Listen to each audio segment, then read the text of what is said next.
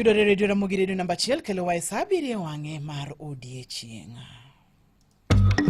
Radio Ramogi.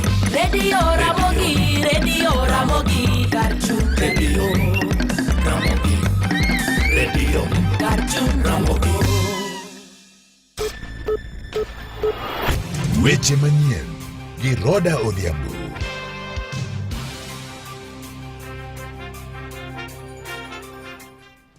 Machiegni to mokwongo mag thuond weche mabende waikoni gi lak sechegi. Familia moro e Murube ka e sub-county Manyatike kaunti ma Migori odak kod kuyo atok lala mar wuodgi ma jahigni 11. Komachielo ni higni 3 bang' tend Kenya Kwanza ka otelo ma pacho kae paro mopogore opogore medo nyiedhore kuom oganda jo Kenya e wi tend William Ruto. Bende eneni piny owacho mar kaunti ma Homa Bay kokalo bwo bad migawo mar pur olando chako chenro mar chiwo chanjo ne jamni duto mantiere kaunti no.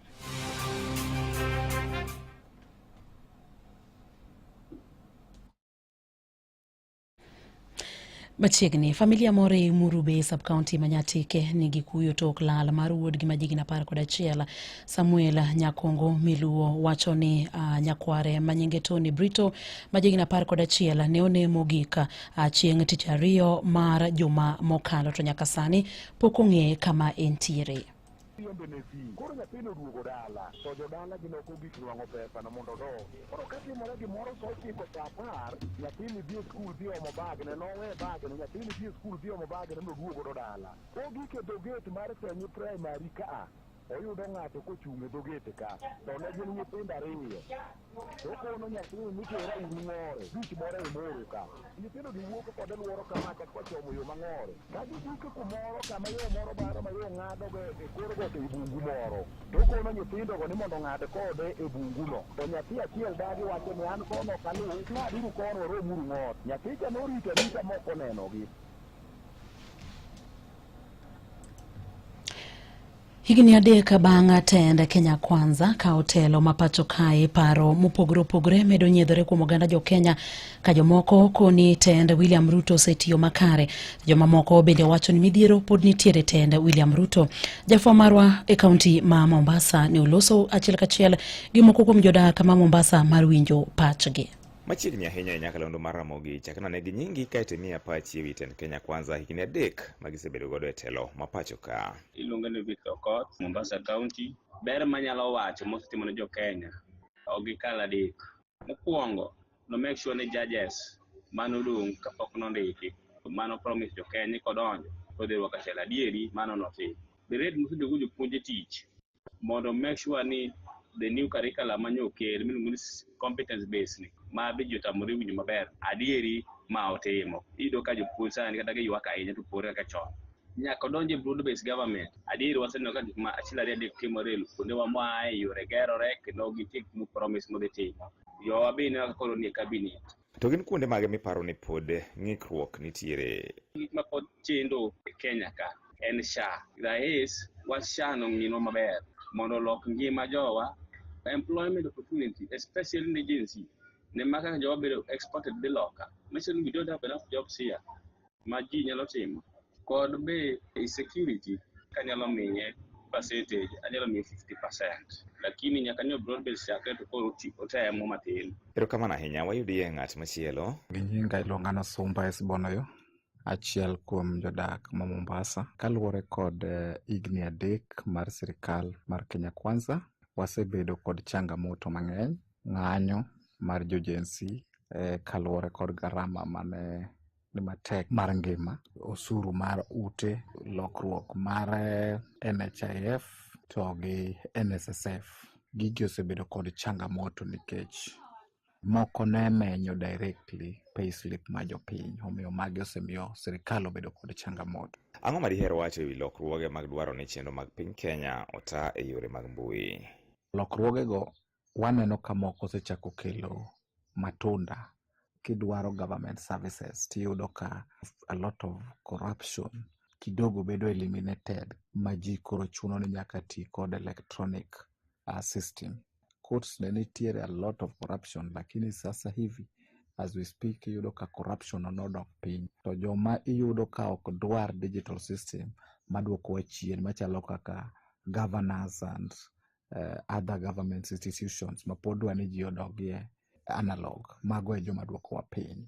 To kwatieko, iparo ni ber mane ma japiny ma kawaida kinde kiyudo ka piny owacho biro keto e tim tayo chenro mage e yor mbui? Japiny ma kawaida biro yudo haki mar en bende mondo timie tenda ma jodongo timo kata mang'eruok timo. Mae momineno ka gini wabunge goe, governors goe, nikech ging'eni the loophole of corruption dhi karumo. Aneno ka sirikal is on the right track, omiyo kata ngima nitie ni tek to nyaka wavumilia uru ka wang'eyo ni kiny wadhi loso ngima bedo mayot. Erokamano ahinya. Ne en twak gi moko kuom jodak Mombasa kamiyowa pachgi ewi tend William Ruto higni 3 nyaka ne gichak tayo telo ma pacho ka.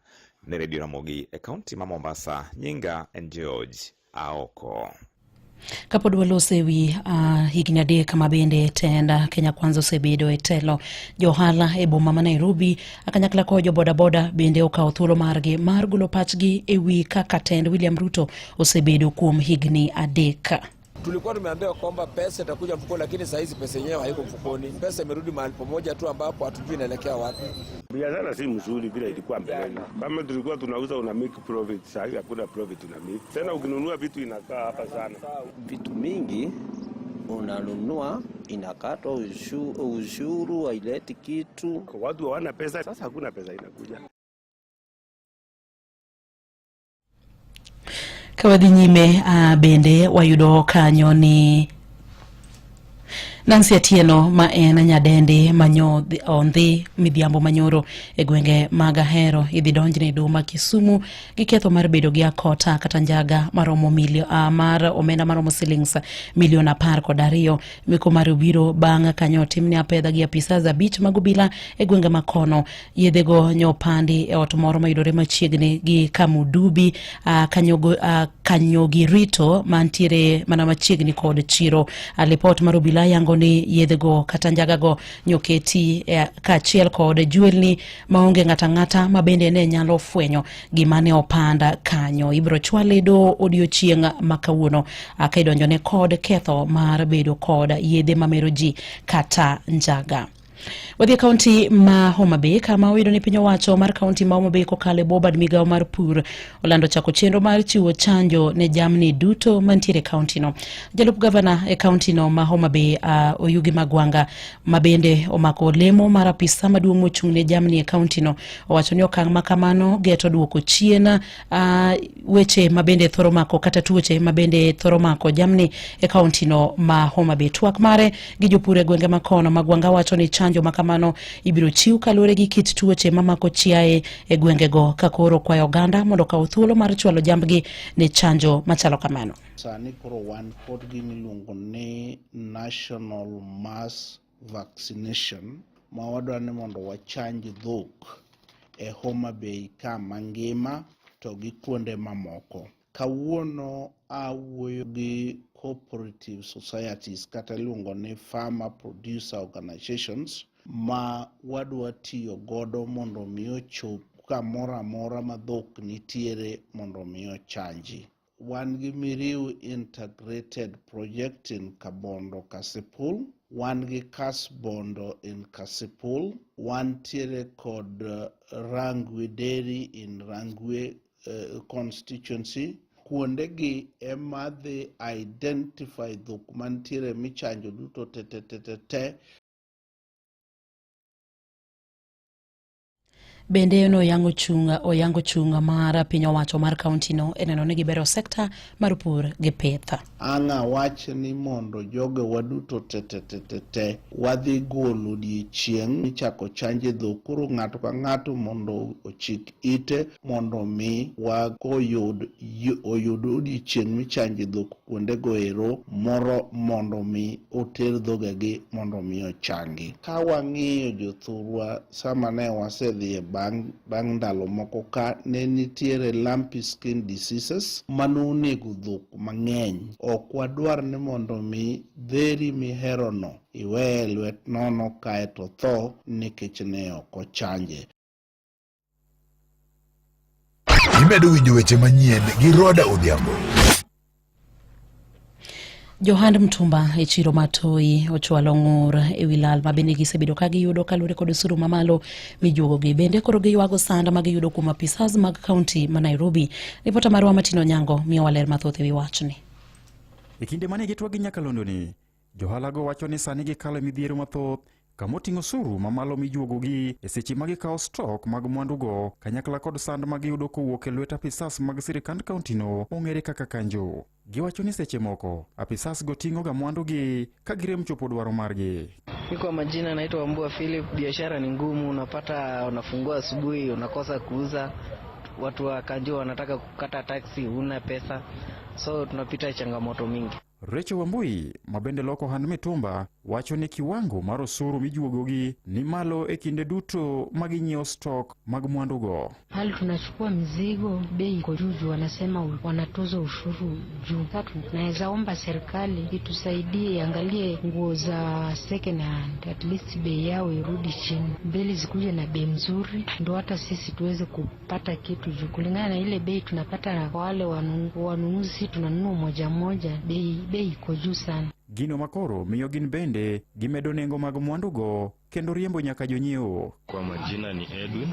At least mimi nimefanya hapa biashara kwa muda mrefu, na I think saa hii kuna changamoto sana kulingana na venye uchumi inakaa. Saa hii kiangalia upande wa wanunuzi hatupati venye tulikuwa tunapata kitambo. Naweza kuja siku mzima hujauza hata kiatu moja, so hiyo ndio changamoto, na kiendelea kukucha kunaendelea kuwa hivyo juu wateja watembei.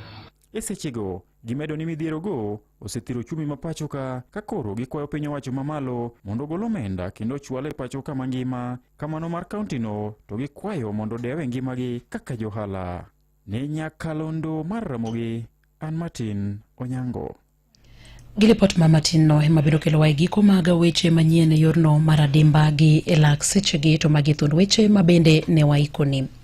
Familia moro e Murube sub-county Manyatike nigi kuyo tok lal mar wuodgi ma jegini 11 mabende none mogika chieng' tich ariyo ma juma mokalo to nyaka sani pok onene.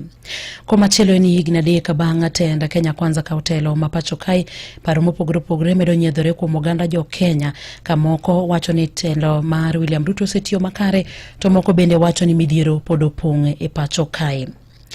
Bende piny owacho mar kaunti ma Homa Bay kokalo Bobad migawo mar pur olando chako chenro mar chiwo chanjo ne jamni duto mantiere kaunti no ma Homa Bay. Watude koro mokanyo saa 8 kod saa 9 ne weche manyine yo machuok, to koro mokanyo saa 10 ne mago matuch e kor gwenge. Mago ne weche manyien gi Roda Odhiambo.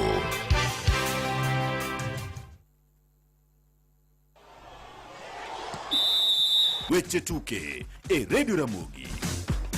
Machiegni weche tuke, klab mar Kenya Police nyowito ke piem mar Sekafa Kagame Cup katubedo ni nyogiloyo tim mar Ethiopia Coffee gonde 2-0 e tugo manyobagi midhiambo manyoro. Police FC nyomako thuolo mar 2 e Group A gi points 6 mana point 1 kende, tok Singida Black Stars manyomako thuolo mokwongo gi points 7. Kata kamano, joloche grube kende emanyo ng'ado tiko mag nus finals ka koro KMC emakoro nyoy thuolo ko Police FC gi points 7 e Group B. Kumachielo, en sulwe maragoko Patrick Odongo nyonyiso mor mare bang' tugo ne tim maragoko e piny Monaco kowacho ni tuke lig mar Ufaransa nyoting'o malolony mare e tukego. Odongo nyomole pacho ka midhiambo manyoro bang' tugo ne klab mar Delhi Reds e lig maduong' ma piny India, komedo ni lony kachiel kod chia mosebedo godo koyudo e klab mar Shujaz emanyomi ochopo e pinje makono. From Monaco, I had a very good experience in Monaco, playing for another club and having the opportunity to join other world class and HSBC players. It was a good experience and I'm super excited to be back playing for my club, and we hope for the best during this tournament, and we have to push. Odongo nyomedo ni oyudo lony mathoth ewi kaka ichano chenro mag tuke mag agoko e lig mag pinje maoko, ka jotugo mamoko bende mawuok e pinje makono nyoyudo lony mar ariera kowuok kuome. It was somewhat different with Monaco because at PL it was like a development rugby. So we went to help the Indian players in their development during this rugby period. And for Monaco it was something different. In a club full of players from other countries, HSBC players, playing against other HSBC players from other countries who came in to play for the other clubs. It was a good experience for Apoel, which is somewhat different from the Monaco. Kocha mare mabende en kocha mar Daystar Falcons Collins Bosiri nyowacho ni bedo mar jatugono e klabno nyiso mor kendo en gweth maduong' ne klabno. Dongo is an inspiration to the team.